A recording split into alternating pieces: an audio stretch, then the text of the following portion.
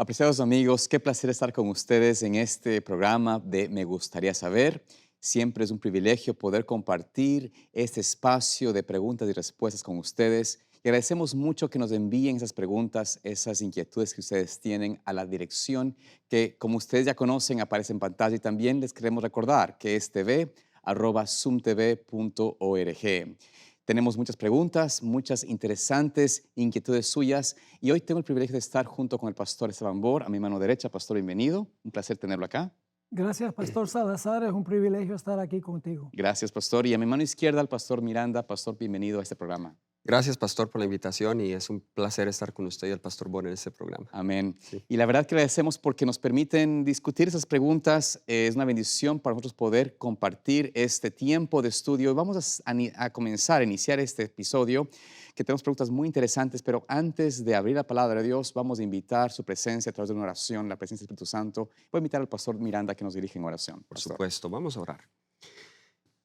Querido Señor y Padre bueno, te damos gracias por un nuevo programa de Me Gustaría Saber. Un programa donde vamos a la Biblia a encontrar respuesta a las preguntas que nos llegan. Y Amén. pedimos que tú seas, Señor, quien dirija este programa y que aquellos que están escuchando puedan ser edificados por las respuestas de tu palabra. En el nombre de Jesús. Amén. Amén. Amén, amén. Muchas gracias, pastor. Vamos a comenzar. Tenemos varias preguntas interesantes en este día y tenemos unas 3 preguntas que nos llegan de un amigo de Honduras. Se llama Sergio él y nos envía desde Santa Ana, Atlántida, Honduras. Un saludo para Sergio allí en Santa Ana. Son 3 preguntas las que tiene. Vamos a comenzar con la primera de que nos envió, que es en relación con la pelea de Jesús con Jacob. Dice él: ¿por qué en la pelea de Jesús o del ángel de Jehová con Jacob en Betel, que en realidad es Peniel, el nombre que puso Jacob a ese lugar, Jesús le estaba pidiendo a Jacob que lo soltara, solo porque rayaría el alba?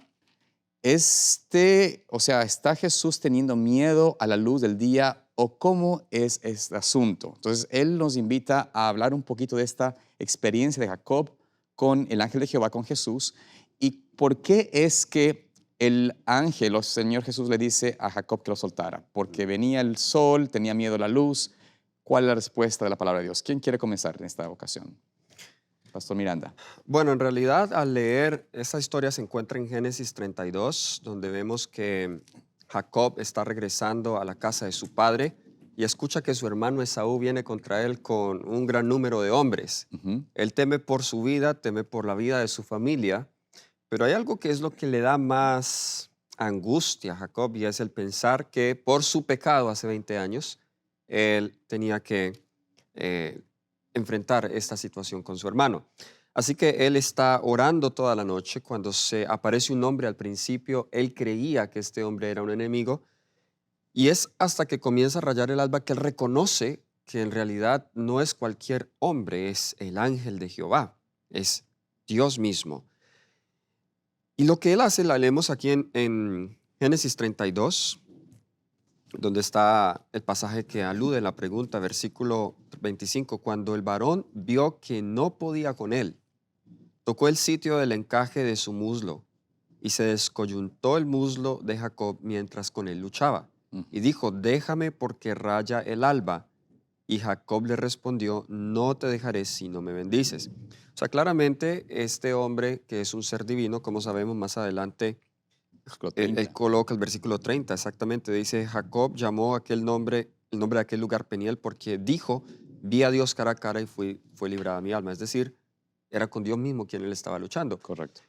El hecho de que Dios tenga que decirle déjame y que él prevaleció no significa que Dios no pudo con él. Dios está descendiendo al nivel de Jacob, pero le da una muestra de su divinidad. Solo con un toque lo descoyunta. Ujú. Es una muestra. Y entonces él, imagínese su pierna, que era su soporte, ahora queda colgado. Yo me imagino él queda colgado de este hombre, de Dios, pero él aún así se aferra con toda su fuerza y dice: no te dejaré. Ujú. Es decir, Dios tuvo que quitar todo apoyo que él tenía para que él cayera o quedara completamente dependiente de Dios. Así que yo creo que esto es la manera en que podemos entender este texto. Muy bien. Y el tema de, pastor, tal vez profundizando lo que habló el pastor Miranda, sabemos de que el Señor no tiene temor a la luz ni al sol, ¿no? Por supuesto.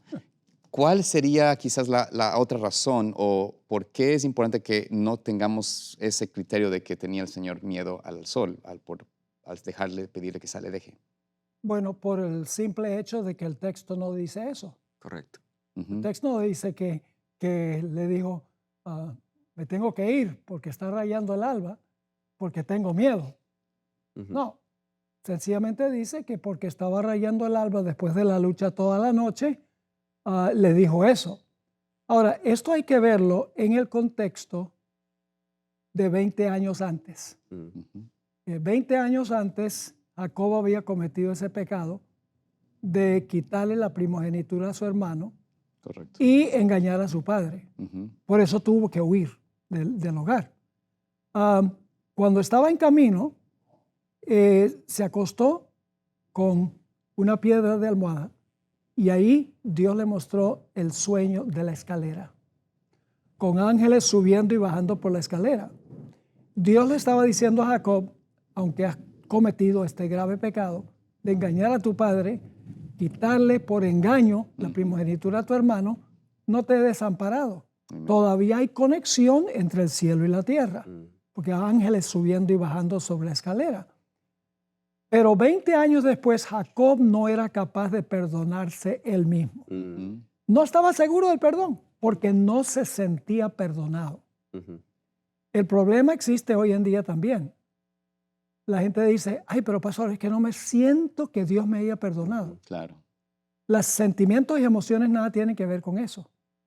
Tiene que ver con la promesa de Dios. Dios dice, si confesamos nuestros pecados, que Él es fiel y justo Amén. para perdonar nuestros pecados y limpiarnos de toda maldad. Es decir, no es porque nos sentimos que Dios nos ha perdonado, sino porque Dios lo prometió. Amén. Y tenemos que reclamar su promesa. Amén. Así que cuando Jacob está luchando con el ángel, hay una oración aquí en Génesis 32 que está elevando a Jacob en su angustia. Y le dice al Señor, líbrame de mi hermano, bendíceme. Él quiere tener la absoluta certeza de que su pecado ha sido perdonado para que Dios lo pueda proteger de su hermano que quiere venir a destruirlo. Y después, en la mañana, cuando ya raya el alba, el ángel, que es Cristo Jesús, es el ángel de Jehová en el Antiguo Testamento, le pregunta a Jacob, le pregunta, ¿cuál es tu nombre? Y él dice, bueno, me llamo Jacob. Suplantador. Le cuadraba bien el nombre, ¿verdad? Claro. Porque suplantó a su hermano. Así es. Bueno, mejor dicho, desde el nacimiento estaba tratando de suplantar al hermano porque lo tenía agarrado del tobillo, ¿verdad? Claro. Quería nacer primero. Y entonces, cuando él dice, me llamo Jacob, suplantador, el ángel de Jehová le dice, ya ese no va a ser tu nombre. Amén. Tu nombre va a ser Israel, príncipe de Dios.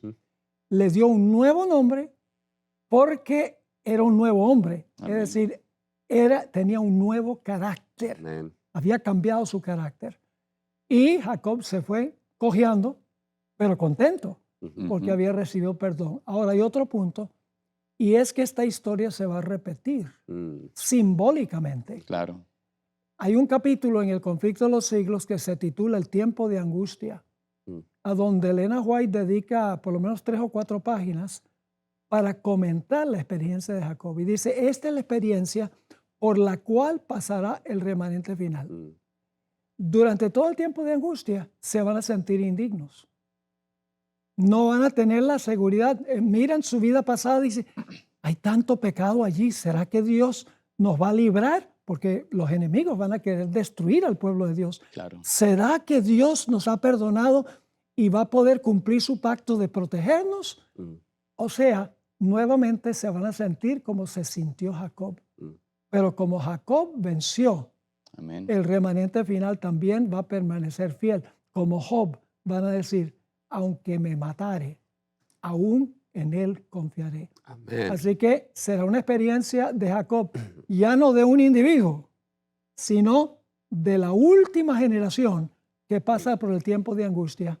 Y van a decir a Jesús, no te soltaremos Amén. hasta que nos bendigas. Y la Biblia dice que nos va a dar un nuevo nombre. Amén. Gloria a Dios por eso. Quizás profundizando un poco con lo que usted menciona, pastor, una última cosa que me viene a la mente, leyendo lo que usted menciona y también viendo, la promesa del Señor para Jacob era: Israel, porque has luchado con Dios y con los hombres y has vencido. Y esa evidencia de que él venció se vio pactado, mostró cuando fue, después de justamente luchar con el ángel, tenía que ahora Jacob enfrentar a su hermano. De hecho, el versículo 1 del capítulo 33 dice que alzando Jacob sus ojos miró y aquí venía Esaú. O sea, apenas él salió de esa experiencia, tuvo que enfrentarse con su hermano. Pero ya enfrentó a su hermano solo, entre comillas, pero en realidad después de recibir la bendición de Dios. Y al igual también el pueblo de Dios al final tendrá que enfrentar esta experiencia de tremenda tribulación solos. Ya no habrá intercesor, pero tendrán que haber tenido la experiencia de tener la victoria para enfrentar entonces al enemigo. Amén. Ya como vencedores, no como alguien que está en necesidad, ¿no?, de un libertador. Pero bueno, Amén. vamos a continuar con esta siguiente pregunta. Gracias por esperamos que sea bendición para quienes nos escuchan. La siguiente pregunta que nos hace nuestro amigo Sergio es una pregunta interesante que nos dice, creo que yo no he escuchado esa pregunta antes, y él dice lo siguiente. Dice, un sicario, que es alguien que normalmente es pagado para matar, asesinar, ¿no es cierto? Dice, un sicario o narco puede ofrendar, diezmar o en otro caso ayudar en construcción o donación en la iglesia.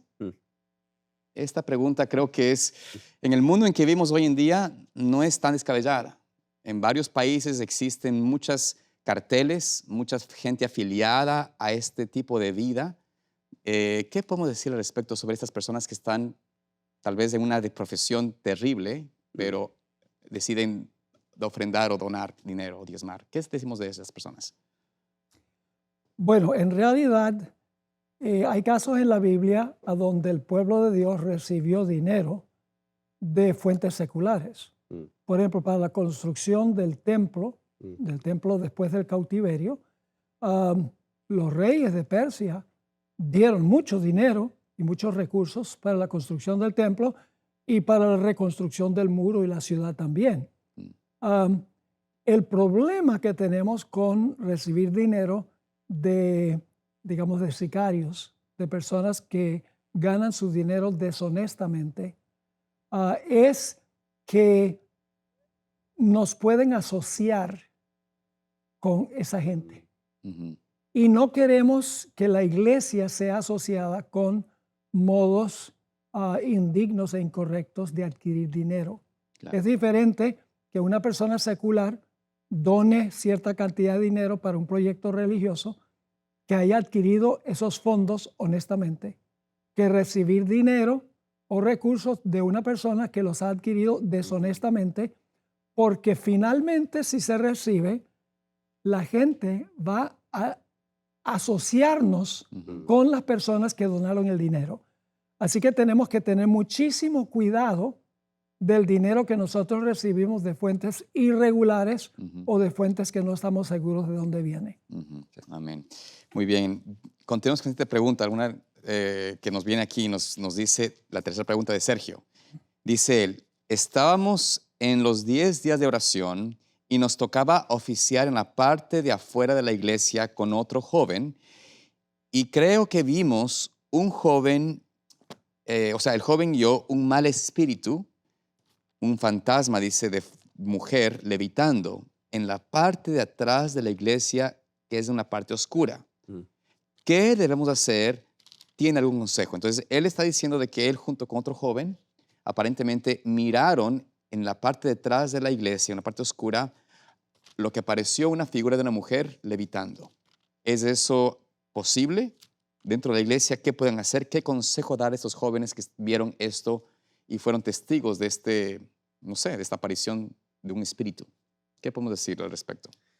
Bueno, esas situaciones sobrenaturales siempre son muy particulares y yo digo que hay que entrar con temor y temblor en situaciones como esas, porque fácilmente, por un lado, un peligro es que uno tenga suficiencia propia y pensar que puede enfrentar ese tipo de espíritus. Por otro lado, Si usted es una persona que confía en Dios, cuya vida es recta delante de Dios y puede en el poder de Dios ir y ayudar a esa persona, Claro.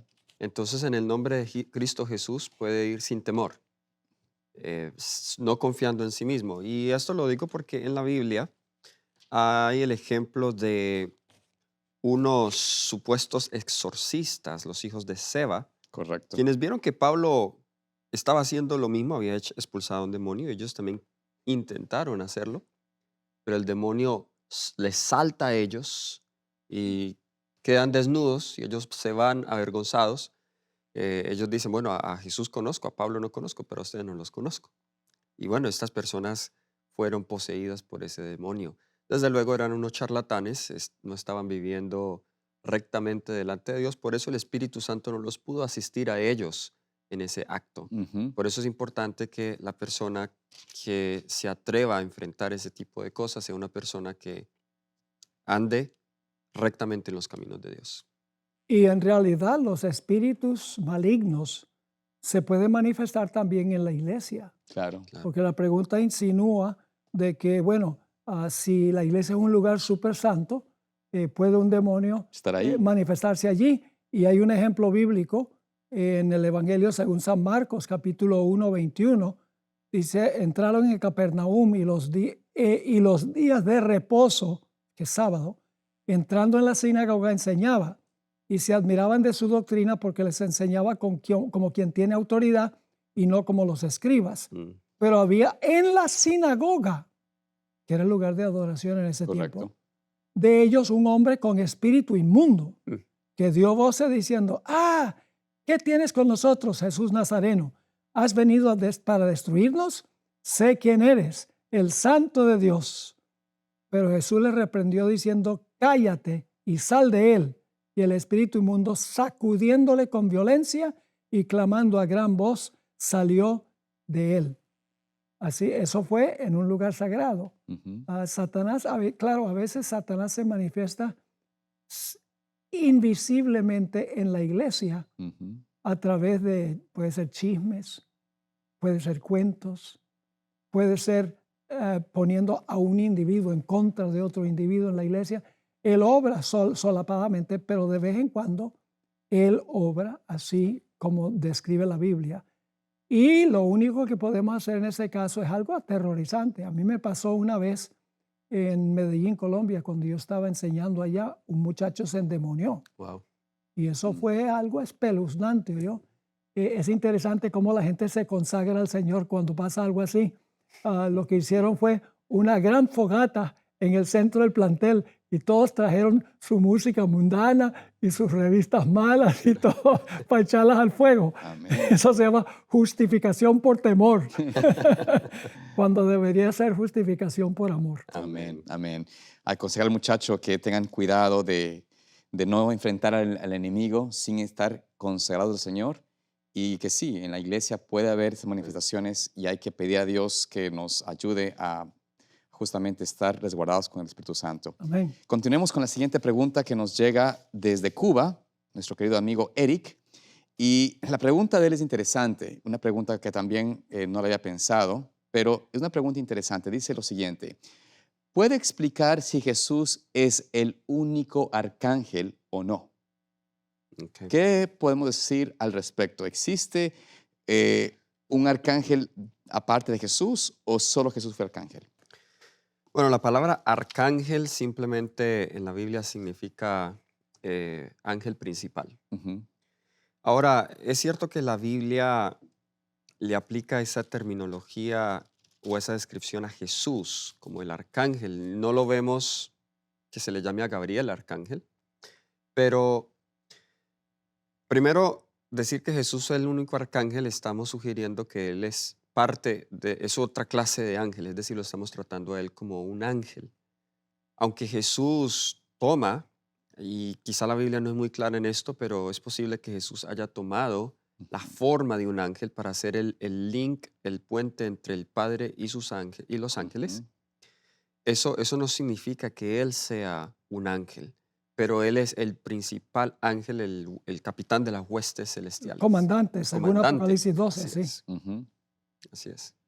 Sí, a la hermana White en el CD-ROM, yo busqué la palabra arcángeles Correcto. y aparece 8 veces, algunas son repeticiones, que ella dice que hay arcángeles Ujú. en plural y los distingue del Padre y el Hijo. Ujú. Hay varias citas donde dice, por ejemplo, la carta 31 de 1892. Es una carta escrita al pastor Wagoner, se llama Querido Hermano Wagoner, mayo 1892, donde ella habla sobre los arcángeles en plural. Pero Jesús es el arcángel. En realidad a Jesús se le describe como arcángel en 3 lugares de la Biblia. En Daniel 12:1 se le llama Miguel, aquel gran príncipe. Ujú. En el versículo 2 indica de que él tiene la capacidad de resucitar a los muertos, Ujú. muchos de los que duermen en el polvo de la tierra. Correcto. Luego tenemos Judas 9, siempre tiene que ver con resurrección. En Judas 9 Sí. viene para resucitar a Moisés Ujú. Ujú. y tiene una contención con Satanás. Ujú.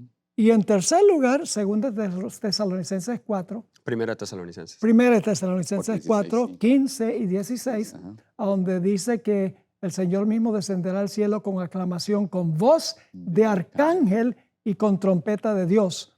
Y sabemos que el Señor mismo es el Señor Jesucristo. Ujú. Así que en 3 lugares se identifica a Jesús como el principal príncipe o el comandante de los ángeles. Ujú. No es, los otros ángeles son creados, pero Jesús no fue creado. Ujú. Jesús es eterno Dios, 100% Dios, como dice la Sagrada Escritura. Así que hay otros arcángeles, o sea, dirigentes tal vez de divisiones de ángeles, Ujú. porque los ángeles están organizados militarmente. Claro. Ujú. Es decir, no, Legiones, decía. no andan así a la loca, Ujú. sino que cada división tiene su propio comandante o su propio ángel principal. Ahora, el problema es que a veces la gente cree que como es arcángel, tiene que ver con el arca del pacto. Claro. Entonces creen que es uno de los ángeles que están al lado y lado del arca del pacto. Pero en realidad nada tiene que ver con el arca. Arca, viene la palabra arge, que significa principal, Ujú. y ángel, que significa principal de los ángeles, el comandante, el primogénito de toda criatura. Es otra forma de decirlo. Y hay otras tradiciones cristianas donde le aplican arcángel a otros ángeles no mencionados en la Biblia. Entonces quizá por ahí algunas personas se confunden por eso. Sí, en el segundo libro de Esdras, Que es un apócrifo. que es apócrifo, se le llama a Uriel, Correcto. Uriel. el arcángel, se le llama arcángel. Es la única referencia que pude conseguir en los apócrifos, donde se le da un nombre a un arcángel. Pero sabemos que Ariel no es el mismo Miguel, Correcto. es otro ángel distinto. Así que eso indica de que hay Miguel, el arcángel, y luego hay otros arcángeles como Uriel, que no son de los principales. Amén. Importante que recordemos que este aspecto de los ángeles, ¿no? Los títulos que se les dan, hay querubines, hay serafines, hay arcángeles, son títulos en la manera de su, como usted mencionó, pastor, en su manera de organización. Dios nos revelará, entenderemos más de estos detalles. Por ahora lo que sabemos es de que el Señor tiene ese título, Jesucristo tiene ese título de arcángel, en el sentido, como usted mencionó, de príncipe de los ángeles, ¿no? Es una bendición poder realmente compartir la palabra de Dios. Recordemos de que el Señor quiere que tengamos este deseo de estudiar la palabra, de profundizar en ella. Amén. Les invitamos a ustedes a continuar enviando sus preguntas, por supuesto, pero también a escudriñar conforme a lo que hemos compartido aquí con ustedes para que también vean por ustedes mismos que lo que hablamos es de la palabra de Dios y no son nuestras palabras. Quiero agradecerles por el tiempo, por estar con nosotros. Esperamos que en la próxima ocasión puedan también seguirnos y, como siempre, deseamos que el Señor los acompañe, los guarde y su bendición esté con cada uno de ustedes. Dios les bendiga.